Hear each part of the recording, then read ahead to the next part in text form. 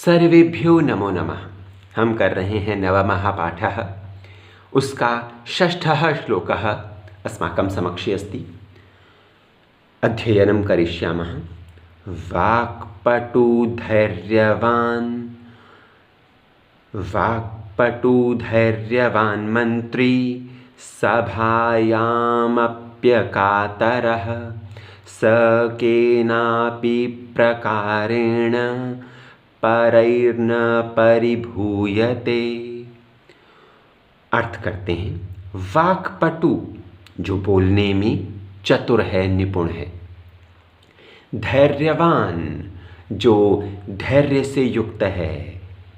मंत्री अच्छी मंत्रणा देने वाला, अच्छा परामर्श देने वाला। सभायाम सभा में, अपि भी अकातरः न डरने वाला, सभा में न डरने वाला, अच्छी मंत्रणा देने वाला, वाणी में निपुणता दिखाने वाला और धैर्य से युक्त। सह वह, केनापि किसी प्रकार भी, किसी से भी। वह जो मनुष्य है जो वाणी में निपुण है, धैर्य से युक्त है, मंत्रणा अच्छी देने वाला है और सभा में भी डरता नहीं है, दबंग रूप से अपनी बात कहता है, साहसी है, वीर है। वह किसी प्रकार से भी, प्रकारेण प्रकार से भी, किसी प्रकार से भी, परैहि दूसरों से, न नहीं, परिभूयते पराजित नहीं होता है, तिरस्कृत नहीं होता है, तिरस्क्रियते, अवमान्यते, ये पर्याय पद हैं इसके। तो वह किसी से भी पराजित नहीं होता है। कौन मनुष्य? जो इन सब गुणों से युक्त है। आइए अब इसका हम करते हैं व्याकरणिक कार्य। वाक्पटु, इसका यदि हम समास विग्रह करें तो वाची पटु, ये बहुत महत्वपूर्ण है। यहाँ पर वाची में सप्तमी लगाई, वाची पटुहु, तो ये बहुत महत्वपूर्ण है। संभाषणे पटु, वाक्पटु इसका जो पर्याय पद हो जाएगा, संभाषणे पटुहु या वाची पटुहु, ये समास विग्रह हमने किया। धैर्यवान, धैर्य मूल शब्द, मत प्रत्यय, धैर्यवान बन गया। सभायाम, सभा में, अपि अव्यय पद है। सभायाम में सप्तमी एक वचन का प्रयोग है। अकातरः, इसका विलोम पद हो जाएगा कातरः। कातरः डरपोक और अकातरः वीर। अकातरः का पर्याय पद वीरः साहसी। मंत्री, मंत्री मंत्रणा देने वाला। तो यहाँ पर प्रथमा विभक्ति एक वचन का प्रयोग है। सह वह, अब वह जो यहाँ पर प्रयोग किया गया है, ये सब विशेषण हैं। ये सब विशेषण हैं किसके? यह के, जो यहाँ पर दिया ही नहीं गया, तो ये सब विशेषण पद हैं। ठीक है। वह जो इन सब विशेषताओं से युक्त है, परैहि, यहाँ तृतीया बहुवचन का प्रयोग किया गया है। देखो, सह कर्ता हो जाएगा, परिभूयते क्रिया हो जाएगा। क्रिया परिभूयते, कर्ता सह। तो वह मंत्री, वह वीर, वह धैर्यवान, वह सभा में अच्छा बोलने वाला, और वह वाक्पटु, दूसरों के द्वारा कभी भी पराजय को प्राप्त नहीं करता। तो सह के ये विशेषण हो जाएंगे सामान्य रूप से हम लें तो परैहि यहाँ तृतीया है, यहाँ पर कोई समस्या नहीं है। केन, ये विशेषण है किसका? प्रकारेण। प्रकारेण विशेष्य केन, ये विशेषण हो जाएगा। अपि और न, ये दोनों ही अव्यय पद हैं। तो इस प्रकार अभी हमने षष्ठः श्लोक किया। आइए सप्तमः श्लोक की ओर बढ़ते हैं। य इच्छत्यात्मनः श्रेयः प्रभूतानि सुखानि च न कुर्याद् अहितं कर्म स परेभ्यः कदापि च। आइए अध्ययन करते हैं। यह जो इच्छति चाहता है, यह जो इच्छति चाहता है, आत्मनः अपना, श्रेयः कल्याण, जो अपना कल्याण चाहता है। ध्यान दीजिएगा, श्रेयः कल्याणम पर्याय पद हो जाएगा। जो व्यक्ति अपना कल्याण चाहता है। प्रभूतानि अत्यधिक, अत्यधिकानि, ये पर्याय पद। प्रभूतानि अत्यधिकानि।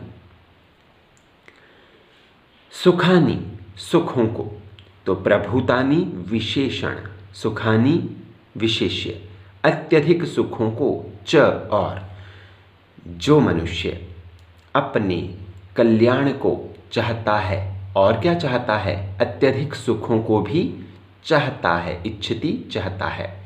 न नहीं कुर्यात करना चाहिए, न नहीं कुर्यात करना चाहिए। अहितम, अहितम अर्थात बुरे, अकल्याणकारक कर्म, कर्म को वो नहीं करे, वो उसे नहीं करना चाहिए। क्या नहीं करना चाहिए, अकल्याणकारी बुरे कर्म, कर्म को। सह वह, परेभ्यः दूसरों के लिए, कदापि कभी भी, च और वह जो अपने लिए अत्यधिक कल्याण और सुखों को चाहता है, वह दूसरों के लिए कभी भी बुरे कार्यों को नहीं करे, वो दूसरे का कभी भी बुरा न चाहे। आशा करता हूँ श्लोक समझ में आ गया होगा। आइए इसका अब हम करते हैं व्याकरणिक कार्य। यह कर्तापद, इच्छति क्रियापद, च अव्ययपद, सुखानि विशेष्य, प्रभूतानि विशेषण, श्रेयः इसका पर्याय पद हो जाएगा कल्याणम, आत्मनः अपना, यहाँ पर षष्ठी एक वचन का प्रयोग है, आत्मन मूल शब्द है। सह कर्तापद, कुर्यात क्रियापद, च अव्ययपद, कदापि अव्ययपद, कदा भी अव्यय है, अपि भी अव्यय है, कदापि भी अव्यय है, च भी अव्यय है, न भी अव्यय है। परेभ्यः दूसरों के लिए, चतुर्थी बहुवचन का प्रयोग। अहितम, अहितम विशेषण, कर्म विशेष्य। इस प्रकार हमने ये सप्तम श्लोक भी किया। आशा करता हूँ स्पष्ट हो गया होगा। अब अग्रिम श्लोक की ओर बढ़ रहे हैं, इस पाठ का अंतिम श्लोक। अष्टमः श्लोकः। आचारः प्रथमो धर्मः इत्येतत् विदुषां वचः, तस्मात् रक्षेत् सदाचारं प्राणेभ्योऽपि विशेषतः। अर्थ करते हैं। आचारः अच्छा आचरण, प्रथमः धर्मः, प्रथमो धर्मः का मैंने संधि विच्छेद किया। प्रथमः धर्मः, सबसे पहला धर्म जो है वो कौन है, क्या है, आचरण। हम कहते हैं किसी के भी आचरण से हम उसे जान पाते हैं, तो सबसे पहला धर्म है आचरण।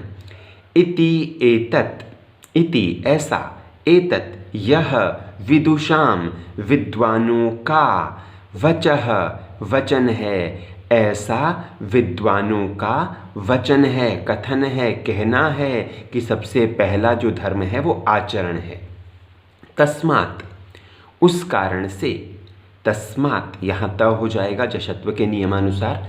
तस्मात् उस कारण से, किस कारण से, कि आचरण सबसे पहला धर्म है, यह विद्वानों का वचन है, कथन है।